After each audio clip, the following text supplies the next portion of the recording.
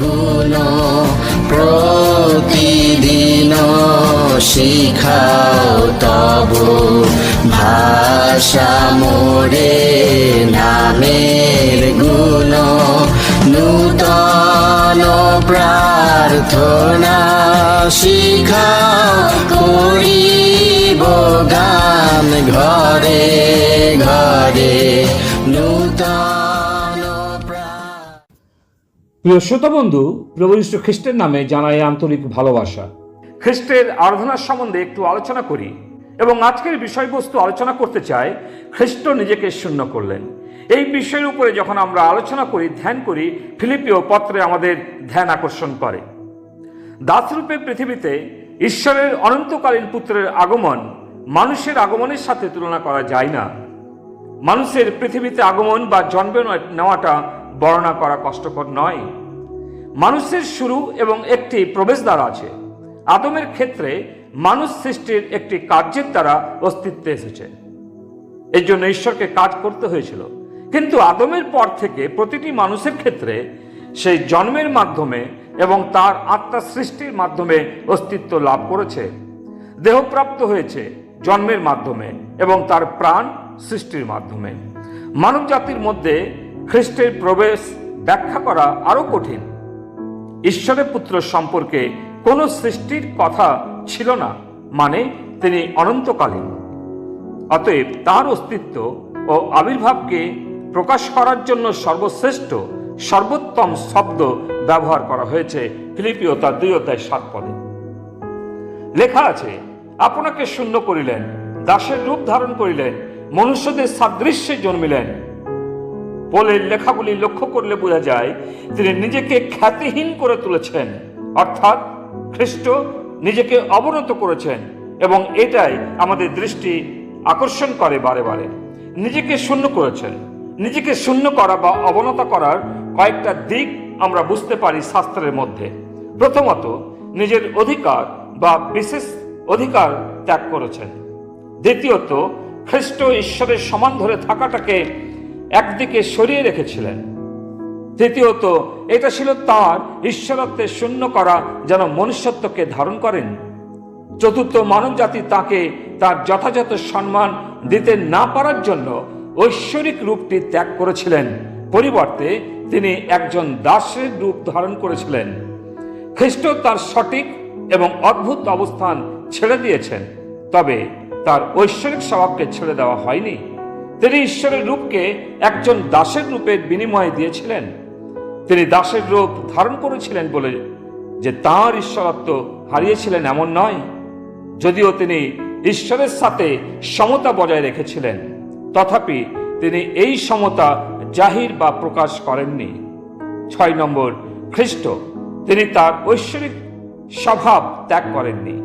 যে জিনিসটি সম্ভবত পরিত্যাগ করেছিলেন তা ছিল স্বর্গের বৈভবের পরিবেশ। 7 নম্বর, তিনি তার সর্বোচ্চ কর্তৃত্ব অধিকার ত্যাগ করেছিলেন। 8 নম্বর, খ্রিস্ট কিছু সময়ের জন্য তার ঈশ্বরত্বকে গোপন করেছিলেন। শুধুমাত্র তার মানবতা ছিল শূন্য। খ্রিস্ট নিজেকে অবনত করা ছিল তার ঐশ্বরিক মহিমার জন্য একটি আবরণ। 9 নম্বর, খ্রিস্ট একজন দাসের রূপ নিয়েছিলেন এবং তার মহিমা সীমিত করেছিলেন। তিনি তার মহিমাকে একপাশে রেখেছিলেন যাতে মানুষের মতন করে জন্মগ্রহণ করেন। 10 নম্বর, খ্রিস্টের এই শূন্যতা অনন্তকালের বাইরে সম্পূর্ণভাবে বোঝা যায় না। মানব জাতি তথা আপনার ও আমার মুক্তির জন্য তিনি নিজেকে ঈশ্বর থেকে নয়, কিন্তু ঈশ্বরের মহিমা থেকে শূন্য করেছিলেন। 11 নম্বর, তার সত্তার রূপটি অন্য রূপের জন্য কাজ করা হয়েছিল। 12 নম্বর, তিনি স্বেচ্ছায় তার অধিকার ত্যাগ করেছিলেন। 13 নম্বর, তার ঈশ্বরত্বের বাহ্যিক প্রকাশগুলিকে ছেড়ে দিয়েছিলেন। 14 নম্বর, তিনি নিজেকে শূন্য করেছিলেন। তার ঈশ্বর সত্তার সাথে সম্পর্কিত ছিল এবং নম্রতা তার মানুষ হওয়ার সাথে সম্পর্কিত ছিল। 15 নম্বর, তিনি তার মহিমাকে একপাশে রেখেছিলেন এবং আমাদের জন্য পাপ স্বরূপ হয়েছিলেন। কিন্তু আজ সকালে আরাধনায় মনে রাখতে হবে তিনি সমস্ত দেবতা অপেক্ষা মহান এবং তিনি অপরিবর্তনশীল খ্রিস্ট এব্রিয় 13 অধ্যায় 8 পদে লেখা আছে, যীশু খ্রিস্ট কল্য ও অদ্য এবং অনন্তকাল যে সেই আছেন। খ্রিস্ট যিনি ঈশ্বর মাংসে প্রকাশিত হয়েছেন, 1 তিমথিও 3 অধ্যায় 16 পদে সেই কথাই পাঠ করি। তিনি নিজেকে শূন্য করার মধ্য দিয়ে প্রকাশ করেছেন ঈশ্বরের অপরিবর্তনশীলতা। যীশু খ্রিস্টের পিতার সাথে চিরকালের জন্য যা আছেন তার থেকে ভিন্ন কিছু হয়ে ওঠার যে কোনো ধারণাকে অস্বীকার করে। আর তা না হলে এটি যীশু খ্রিস্টের যে ঐশ্বরিক তৃত্ব বা তা অস্বীকার করবে এবং তিনি অনন্তকালীন পুত্র যিনি মানব হয়েছিলেন এই কথাও অস্বীকার করবে। প্রভু যীশু তিনি নিজেকে শূন্য করেছিলেন, অবনত হয়েছিলেন শুধুমাত্র মানব জাতিকে পাপ থেকে উদ্ধার করতে। অন্য কারো কাছে কারোর দ্বারা পাপের ক্ষমা নেই, ঈশ্বর তা প্রভু যীশুর মধ্য দিয়ে ঘোষণা করেছিলেন। আজ সকালে আপনিও আমি তার শূন্যতা তথা অবনত হওয়ার সাক্ষী যখন আমরা প্রভু যীশুকে আরাধনা করি। তাই আসুন খ্রিস্টের মহানতাকে স্মরণ করে তার আরাধনা করি, যিনি আপনার ও আমার জন্য নিজেকে শূন্য করেছিলেন। ঈশ্বরের নাম মহিমান্বিত হোক।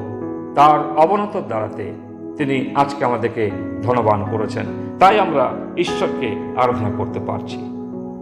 পিতা ঈশ্বর, তোমাকে ধন্যবাদ দিই আজকের সকালে প্রভু যীশু খ্রিস্ট যাকে আমরা স্মরণ করেছি, স্বর্গের সমস্ত বৈভব মহিমাকে ত্যাগ করে দাসের রূপ ধারণ করলেন, তিনি নিজেকে শূন্য করলেন। প্রভু শূন্য করার আমরা 15টা দিক দেখলাম। আমাদের অনুগ্রহ দাও আজকের সকালে এই সমস্ত কিছু তিনি প্রকাশ করেছিলেন, যেন আমরা সত্য ঈশ্বরকে জেনে সত্য ঈশ্বর আরাধনা করি। তাই আজকের সকালে প্রভু যীশু খ্রিস্টের মধ্য দিয়ে আমরা তোমাকে সত্য এবং আত্মায় আরাধনা করি। সমস্ত গৌরব স্তুতি মহিমা তোমাকে দিই। প্রার্থনা মুক্তিদাতা প্রভু যীশু নামে চাই, আমেন। নূতন প্রার্থনা শিখাও, করিব গান ঘরে ঘরে। যিশু থাকো, শান্তি রাখো, শয়তানের পথ বদ্ধ করে। যিশু থাকো।